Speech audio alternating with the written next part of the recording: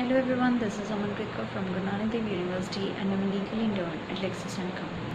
So today we are going to talk about conspiracy. So first of all, section 10 deals with the admissibility of evidence in a conspiracy case. The term conspiracy means the combination of two or more persons for any unlawful purpose. So conspiracy is a corrupt agreeing together of two or more persons to do by concerted action something unlawful either as a means or as an end. So section 120A of the Indian Penal Code provides definition of the criminal conspiracy, according to which when two or more persons agree to do or cause to do or cause to be done an illegal act, or we can say an act which is not illegal by illegal means, such an agreement is designated a criminal conspiracy. The proviso in this is that no agreement except an agreement to commit an offence shall amount to a criminal conspiracy unless some act besides the agreement is done by one or more parties to such agreement in pursuance thereof. The explanation which has been attached with it is that it is immaterial whether the illegal act is the ultimate object of such agreement or is merely incidental to that object.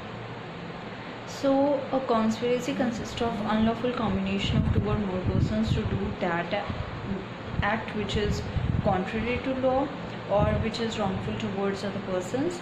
It may be punishable criminally or civilly by action. Other than that, we can say that there must be a consent of will and endeavor between the conspirators. The mere knowledge on the part of a man about a conspiracy will not make him a conspirator. So there must be a consent of will and endeavor between them. Then section 10 of Indian Evidence Act deals with things said or done by conspirator in reference to common design. That is where there is reasonable ground to believe that two or more persons have conspired together to commit an offence or an actionable wrong.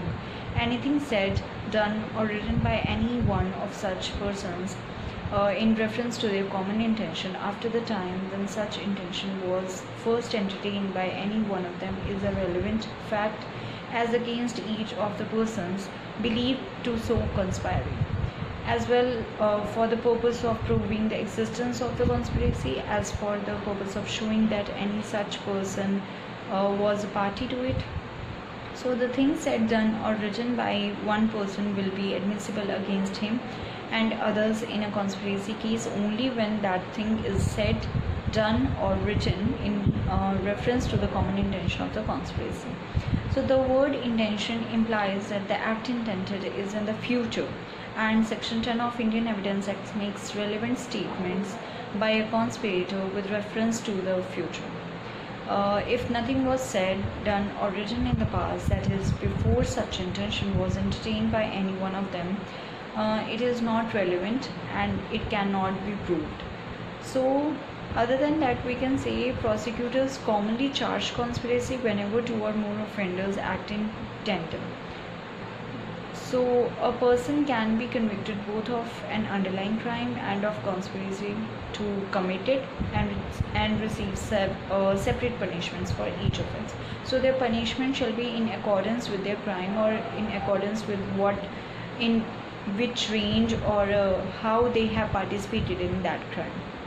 So there is a case that is State of Gujarat versus Muhammad Atiq and others, and in this case it was held by Supreme Court that once the common intention ceased to exist, any statement made by a former conspirator thereafter they could not be regarded as one made in reference to their common intention.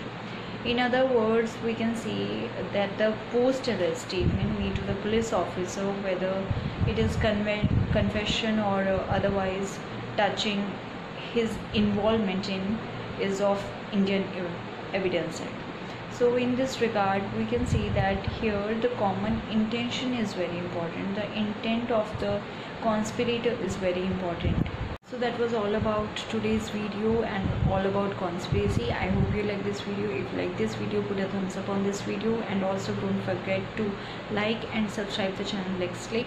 And if you have any query regarding it, then mention it in the comment box, and check out the previous videos too. And also, this does not solicit any promotion or advertisement as per the guidelines of the Bar Council of India. It is for education purpose only. Thank you.